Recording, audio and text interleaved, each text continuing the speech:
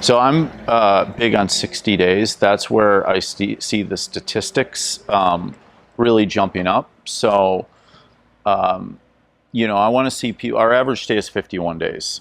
I want to see people say 60 days. Not everyone can do that, right? People have to get away from jobs and they have to go in, they can't give up their career and job, with bills to pay and all of this. So there's legitimate reasons people can't do 60 days.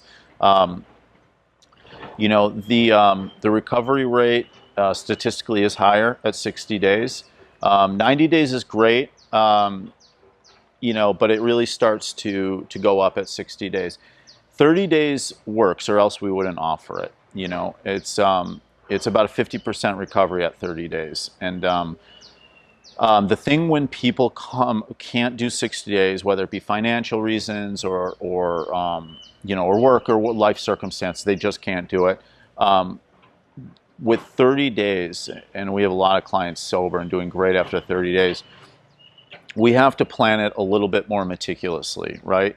Like they can't come in, I mean, they can, but we really try and make sure they're not coming in just completely obliterated, right? Because then they'll have to detox for 4, 5, 6 days before they can really get into the program. So that cuts all that time out of it. They need as much of that 30 days as possible, right?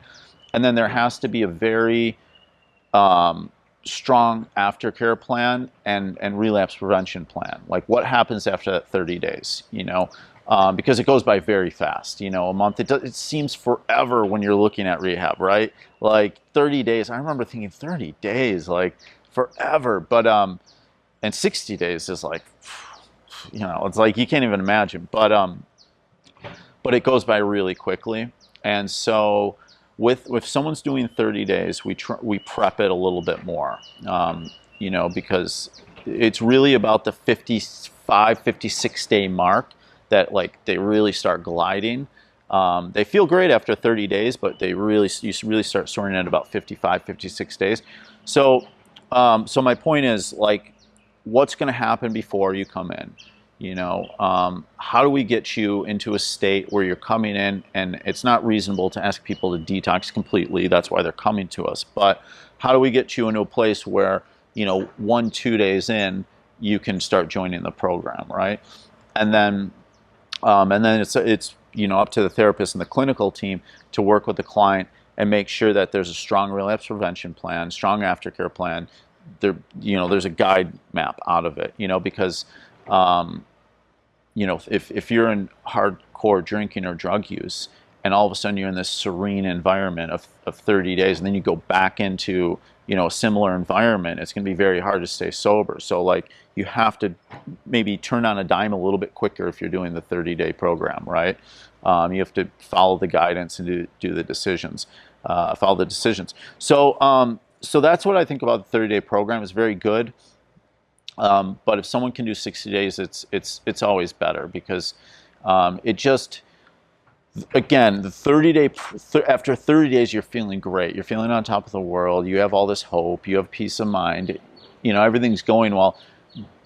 The second 30 days is really when you double down and surrender a little bit and say, okay, I'm feeling great now, but this is me, Ryan, who's feeling great. What, do I need to the second 30 days is almost like a step of humility, right? Where you're saying, okay, I'm going to do the next 30 days and double up on the information, make sure it's ingrained in me, make sure my aftercare plan and relapse prevention plan is solid. And then it gives me some space to work things out. If you're coming for 30 days, you really have to, you can't do as much trauma therapy. That's really a 6 to 8 week track to do proper trauma therapy with a therapist, EMDR, these types of things. You can't just shove all that stuff in 30 days. So yeah, I don't know if that helps. And the 90 days, of course, is great. The other part about all this is that you move from stage 1 to stage 2 to stage 3. So stage 1, 30 days, stage 2, 60 days, stage 3, 90 days. And the longer the better, but at some point you have to get back to life, right? And we have a sober house that we're actually starting where and the reason we're doing it is because we feel like we can help people and give people sort of a soft exit, right? So the reason I bring that up is because the longer the better, but at some point you have to get back into life. The whole point of recovery is to be a functioning member and feel good about life without having to, disappear into a bottle or whatever. Yeah.